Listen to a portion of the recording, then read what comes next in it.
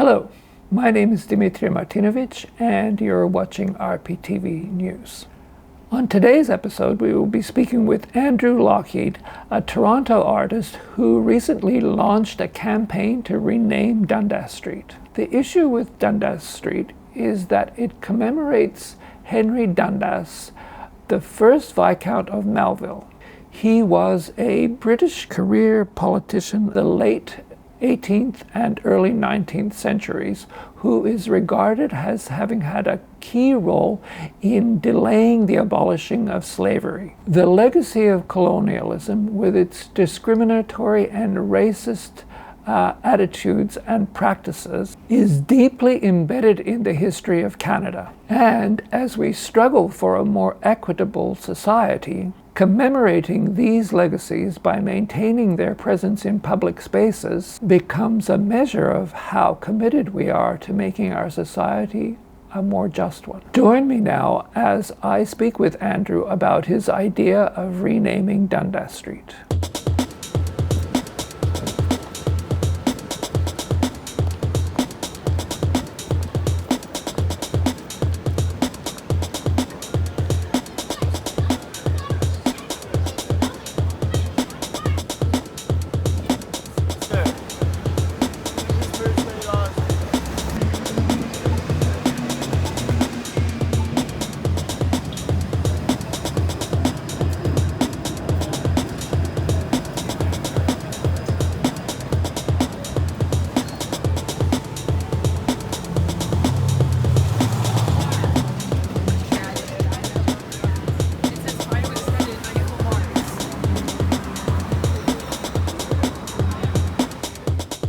Hello, Andrew, and welcome to RPTV News. I wonder if you could tell us a little bit about yourself before we begin with the bulk of the interview.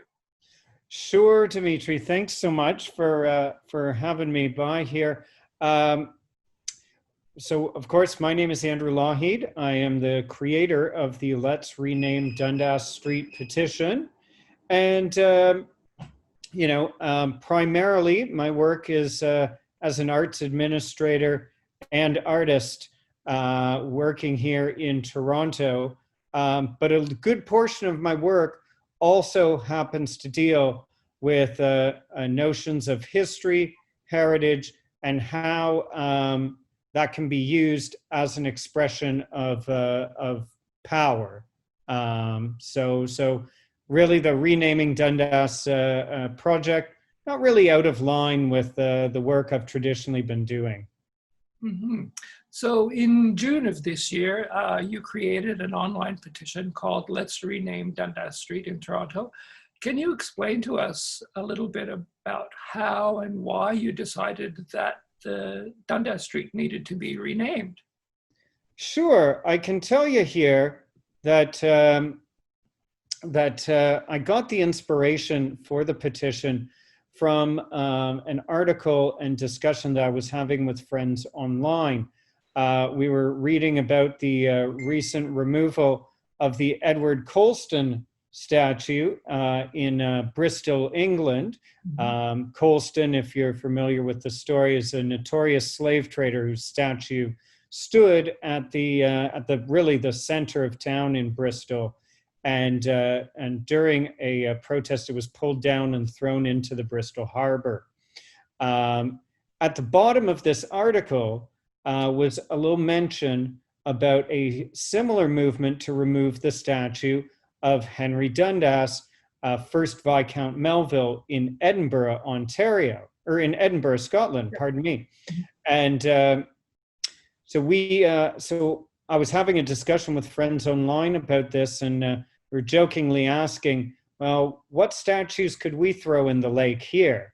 And of course I said, well, knowing that the Edinburgh Dundas was the same Dundas that was commemorated here in Toronto, I said, well, we should start with renaming Dundas Street. And as a result, I'm like, here we go. Here's a petition, and posted it to our chat. It really seemed to take of a life of its own from there. And here we are just 4 months later, and 14,000 plus signatures. And it seems to be a movement that's gaining real traction here in the city. Yes, the city itself is taking it very seriously. Your petition has, been reviewed and is being assessed by the city manager, Chris Murray. And he's written quite an in-depth analysis of all of the aspects of renaming the street. And they are working with a format of renaming, removing, revoking, and reinterpreting. How far do you think the city should go in terms of addressing this issue? Honestly, I think there's only one possible choice. I mean, if you've read the city manager's report, there's 3 bad suggestions and 1 good one. Options for responding to the petition. 4 options have been identified to respond to the community petition. 1. Do nothing. Or 2. Retain the legal street names and add ceremonial street names and/or interpretation, e.g. plaques, along each street. Or 3. Retain the legal street names, but rename the 3 parkettes, 1 public library branch with Dundas in their names, and rename Dundas Street. Or 4. Change the legal names of Dundas Street East, Dundas Street West, Dundas Square, and Old Dundas Street, as well as other civic assets carrying the Dundas name. That one good one, of course, is to rename all city assets bearing the Dundas name. And I might add, one of the more salient points of that manager's report, and one of the even more exciting things I think it offers us, is the potential of a comprehensive review of all civic assets, monuments, street names, awards and honors, looking at all of that, as well as developing new frameworks for commemoration moving forward. I think that's the real excitement of that report and the real thing we ought to be championing. I'm very proud that Dundas Street has garnered the attention and moved that conversation forward. But I'm really actually more excited about the reviews and the potential to change our commemorative practices for the better here in the city. That isn't, of course, to say that I'm opposed to renaming Dundas Street. As I said, we have 3 bad options and 1 good one. And the only one I'd support, or encourage anyone to support for that matter, is full renaming. I see. So so Dundas Street goes across quite a large area of the whole of Ontario. It does. Yeah. So how do you think other municipalities should deal with the kinds of histories that the name Dundas Street obscures or hides? For instance, like in an area in Regent Park where we're based, there is a huge history that has always been left out of the history of Toronto, the history of the area in poverty and the history of the area, the residents being active in changing the stereotypes around their neighborhood. So what kinds of criteria would people use to begin to conjure up a name for the new entity?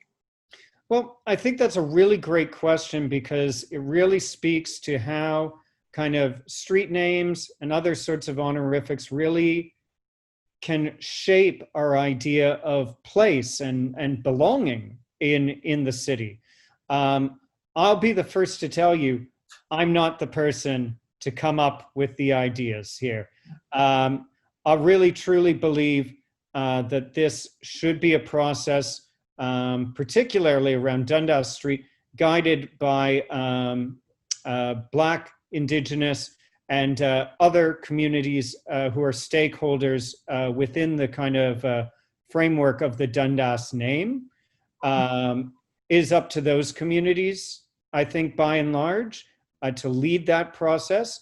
And for people living in those areas to generate suggestions. The city manager's report contains an extremely robust framework for community consultation.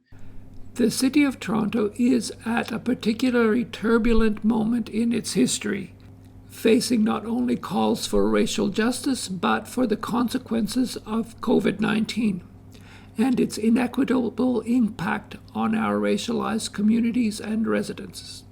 The city should reaffirm its commitment and take the necessary action to implement the Toronto Action Plan to confront anti-Black racism, the Truth and Reconciliation Commission of Canada's calls to action, and the calls for justice for murdered and missing Indigenous women and girls.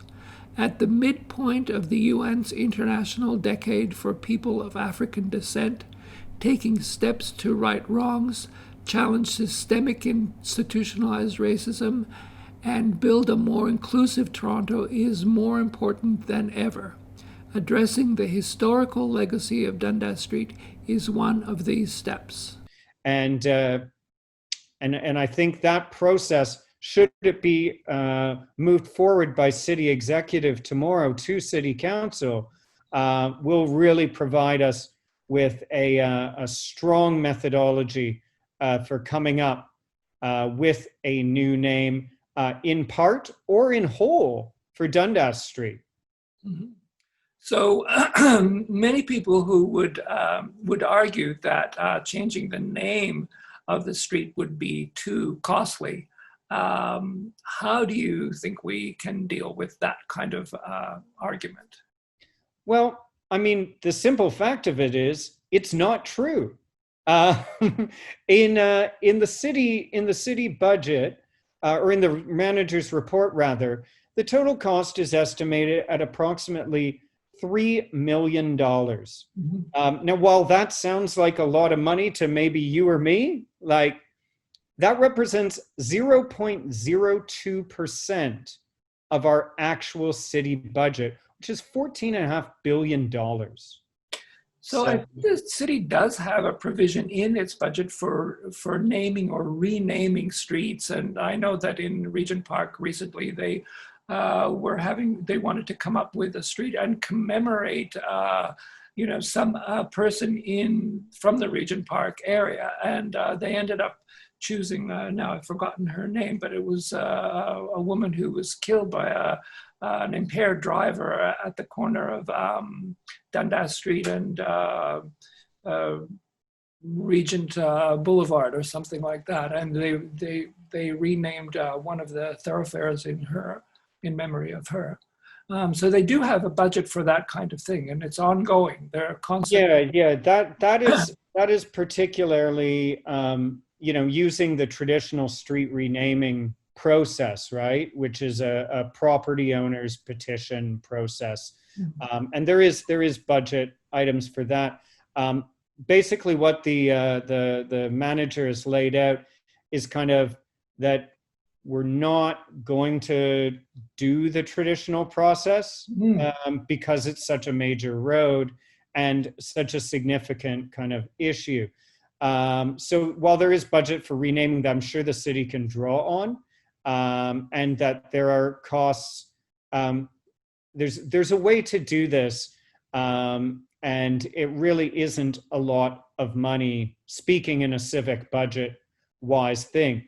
Now, the real thing that a lot of people have spoken to is the costs not borne by the city, those borne by individuals or business owners along Dundas.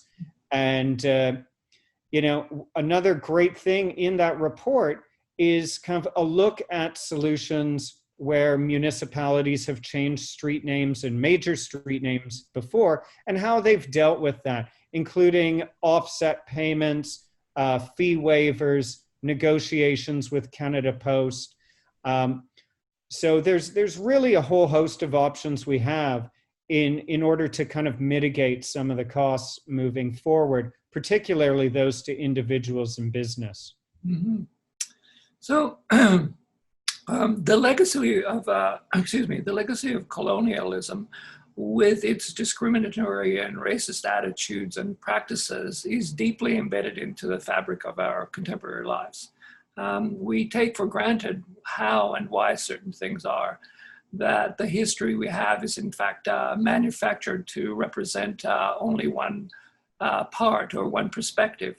What do you say to people who claim that renaming or removing references or monuments is wrong in that it imposes another set of values as it attempts to erase the prior history?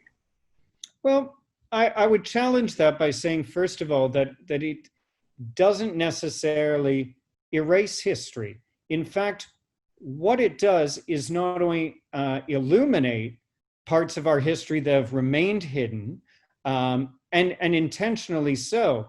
I mean, there is, the philosophical maxim that power works best when it's hidden, right?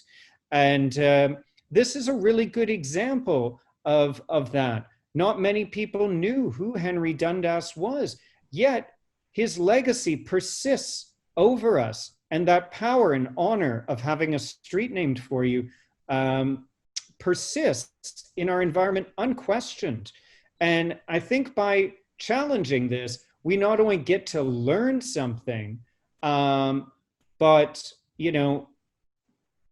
we also get the opportunity to, rather than erase history, we get to create history through a shared kind of civic enterprise towards renaming. To me, that is an historical event very much worth commemoration. Mm-hmm.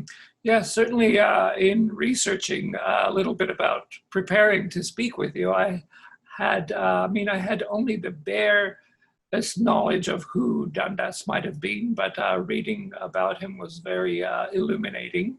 And I uncovered many other things. For example, the person who did the most research on malaria, a person by the name of Ross, he was working in the 19th century, and his main focus was that he was trying to create a solution to save the lives of British officers and people of the empire working in India and Africa. Ronald Ross, May 13th, 1857 to September 16th, 1932, was a British medical doctor who was responsible for the discovery that malaria was transmitted by mosquitoes. In a speech in 1899, he said, "In the coming century, the success of imperialism will depend largely upon success with the microscope." While he later denied that he was speaking about his own work, his words imply that his discovery would safeguard the health of British troops and other officials directly as they worked to expand and consolidate colonial rule. So that's even in science, in absolutely every sphere, this legacy of empire and colonialism is really very disturbing. So I wanted to, I think you touched on it again, but maybe I would like to ask you again, how do you think we can install new sites that commemorate more equitable readings of the past, present, and future? Well, I think it largely depends on what it is we're trying to specifically address. In the movement to rename Dundas Street, we're looking at, pardon me, systemic racism in our built environment. It is a structure that preserves a particular kind of power paradigm that needs to be actively dismantled. And I think the way forward in doing that is doing that collectively as a city and as really as a country. The Henry Dundas had no relationship to Toronto other than he Oh, happened to be a mate of John Graves that's Simcoe. right. Exactly. Yes. Yeah. You know, I am sure there are hundreds of Torontonians more befitting an honor than someone who never set foot in this country at all and whose greatest contribution to it is a legacy not only of slavery, but if you dig deeper into kind of Dundas himself, you know, they didn't have the word genocide back in the 18th century, but his actions in the Caribbean would today be understood as much. Mm-hmm. And, you know, often talk to, particularly people who are opposed to renaming, that, oh, we don't know, or we, sorry, I've completely lost my train of Okay, so thought. we're talking about what would be new ways of commemoration in terms of, you know, the past, present, and future. And Sure, we're talking sure. about Dundas's history in the Caribbean, and that it might be considered genocide today, by today's. Yeah. Yes, thank you for that. I mean, for new forms of commemoration, again, I think it's important that you know, communities directly impacted by these legacies lead these processes. I'm not going to get into speculating what I would like to see. It's not my place. You know, what I do know is, you know, I can bring my knowledge of local and global histories to this broader debate around, you know, the ongoing colonial project and its dismantling. I can bring something that I know about to that and contribute my knowledge and help in that way. So will you continue to be involved in the renaming process? Well, I will be, in fact, giving a deputation to the city executive tomorrow. You know, I'm, of course, looking for extra ways to become involved. But I hope that, you know, I can be known as a person who began a conversation that we all need to have, and that we all need to reckon with. And I hope that process is seen forward from there. I'll be very pleased when we do rename Dundas Street and we undertake that promised review and policy changes. Yeah. So that kind of wraps up everything that I wanted to ask you. Is there anything that you think we haven't covered? No, I think it's just really important to emphasize this kind of idea that you know, no one is removing anything but a name. Like, the history of our country is not going to change because we rename a street. What we will change is kind of the country that we are, and the country that we want to be, and the city that we want to be, that values you know, creating our own identity, which is based in diversity and solidarity. And I think that is an extremely powerful legacy to leave future generations, and to, you know, begin the process of healing and reconciliation that's necessary today. Well, thank you very much, Andrew. Can we check back with you in a little while and see what how things have gone? You certainly may. You certainly may. If this passes executive tomorrow, which you'll know about tomorrow, it will go to City Council on over the 30th of September and the 1st October. And if approved there, the process to begin public consultation will begin in 2021.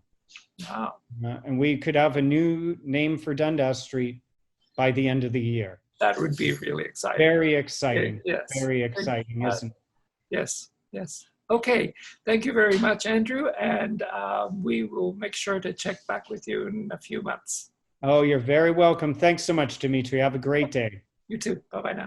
Bye.